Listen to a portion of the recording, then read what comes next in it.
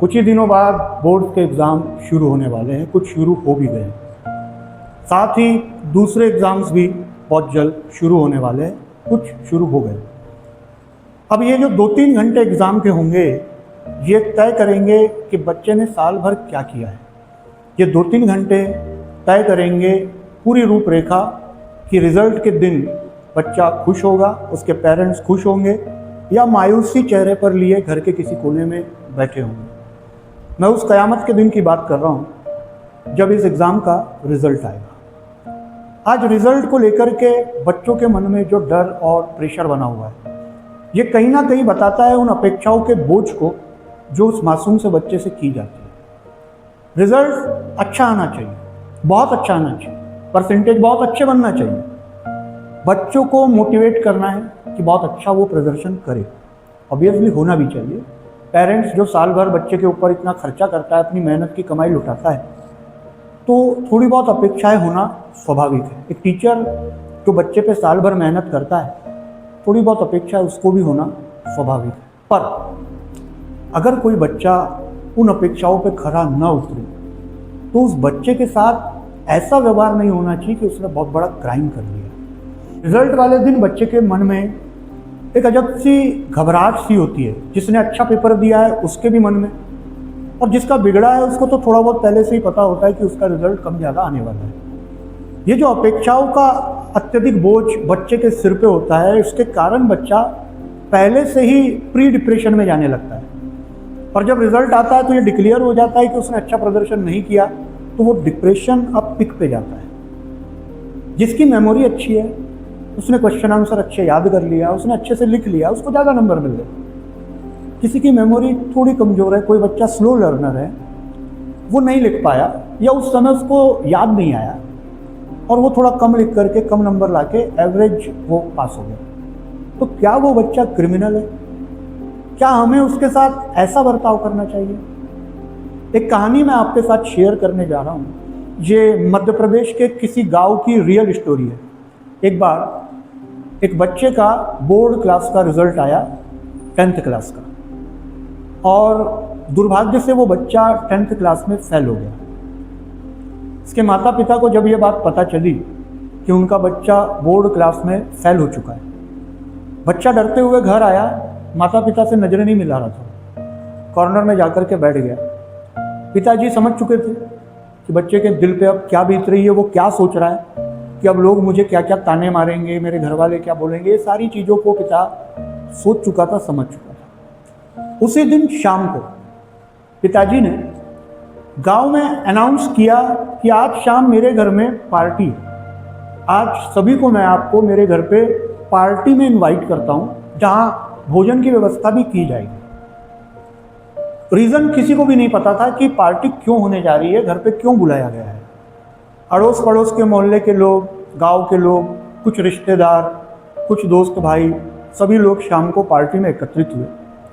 सबके मन में एक सस्पेंस बना हुआ था कि पार्टी क्यों हो रही है। अब सारी पार्टी के जितने भी व्यंजन थे परोसे गए, सबने खाना वाना खाया, म्यूजिक एंजॉय करी, एक दूसरे से बातें चीतें करी। और अब जब अंतिम जाने का समय हुआ तो पिताजी स्टेज पे आए, उन्होंने माइक लिया, अनाउंस किया और वहाँ कहा कि आप सभी लोग जो इस पार्टी में आए हैं, मैं आप सभी का धन्यवाद देता हूँ, सभी का आभार व्यक्त करता हूँ। अब मैं आपको वह कारण बताने जा रहा हूँ जिस कारण मैंने ये पार्टी आयोजित करी है। उन्होंने अनाउंस करके अपने उस बेटे को बुलाया स्टेज पे, जो एग्ज़ाम में फेल हो चुका था। बेटा स्टेज पे आया, पिता ने अपने बगल में उसको खड़ा किया और कहा, उसके कंधे पे हाथ रखा और कहा कि देखिए भाइयों और बहनों, ये मेरा बेटा है, कक्षा 10 में मतलब 10th क्लास में बोर्ड में ये बच्चा फेल हो गया है। इस बच्चे ने खूब मेहनत करी थी, खूब प्रयास किया इसने, मगर इसे अंतिम सफलता नहीं मिल पाई। परंतु ये बच्चा अब इस साल दोबारा मेहनत करेगा और ज़्यादा हार्डवर्क करेगा और अगले साल आप सभी को पास होकर के दिखाएगा। जितने भी लोग उस पार्टी में थे उसमें से कुछ लोग तो आश्चर्यचकित हो गए, दंग हो गए कि एक पिता ऐसे ओकेशन पे भी पार्टी दे सकता है क्या। वहीं कुछ लोग समझ चुके थे कि पिता ने ऐसा क्यों किया।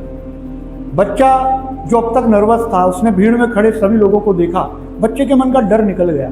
उसने अपने पिता की ओर देखा। बच्चे की आंखें जब उसके पिता से मिली और पिता की आंखें जब बच्चे से मिली तो ऐसा लग रहा था मानो बेटा अपने पिता को आंखों ही आंखों में कह रहा हो कि पिताजी, इस भीड़ का तो मुझे पता नहीं, मगर आपके लिए जरूर मैं इस साल बहुत अच्छी मेहनत करूंगा और अगले साल आपको पास होकर के दिखाऊंगा, आपका सर गर्व से और भी ऊंचा करूंगा। वो बच्चा पहले से ज़्यादा एनर्जी और मोटिवेशन के साथ उसी समर वेकेशन से उसने पुनः पढ़ाई शुरू करी, खूब मेहनत करी, साल भर बहुत हार्ड वर्क किया और अगले साल वो बेटा न सिर्फ पास हुआ बल्कि उसने अपने डिस्ट्रिक्ट में टॉप किया। कहानी हमको ये सिखाती है कि हर माँ बाप अगर अपने बच्चे के फेल्यूर को सेलिब्रेट करने लगे इस अंदाज में कि बच्चा मोटिवेट रहे और अगले साल दोबारा प्रयास करे और अच्छा कुछ करे, तो इसी बच्चे की तरह आपका बच्चा या और भी बहुत सारे बच्चे होंगे जो फिर मेहनत करके दूसरा मौका लेकर के अच्छा प्रतिशत बना सकते हैं। टॉपरों की लाइन में वो बच्चे भी आ सकते हैं। किस्मत मौके बार बार देती है। इंसान बहुत कम मौके देता है दूसरे इंसान को, लेकिन जब बारी खुद की आती है तो वो ऊपर वाले से अपेक्षा करता है कि उससे भी एक मौका मिलना चाहिए। तो ऐसे कमज़ोर बच्चे या स्लो लर्नर बच्चे जिनके चीज़ें थोड़ी धीरे समझ में आती है, उन बच्चों के प्रति हमको बहुत ही सहानुभूतिपूर्ण व्यवहार करना चाहिए। अनुशासन में रखना एक अलग बिंदु है, अनुशासन होना चाहिए, हर बच्चे पे होना चाहिए, लेकिन थोड़ी सहानुभूति ऐसे बच्चों से भी दिखाया करिए जिसके नंबर थोड़े कम आते हैं, जो एवरेज बच्चा है, जिसके परसेंट कुछ खास नहीं बन पाते। तो बच्चों से भी कहूँगा कि बेटा कभी कभी अपनी पीठ खुद थपथपा लिया करो, शाबाशी खुद को खुद दे दिया करो। डिमोटिवेशन देने के लिए दुनिया है ना। खुद की तारीफ कभी खुद भी कर लिया करो। बुराई करने के लिए लोग हैं ना। कभी कभी खुद को भी अच्छा फील कराया करो। बुरा फील कराने के लिए लोग हैं ना। कभी कभी खुद के लिए भी हंस लिया करो। रुलाने के लिए लोग हैं ना। कभी कभी खुद के लिए भी जी लिया करो। जिंदे को मारने के लिए लोग हैं ना।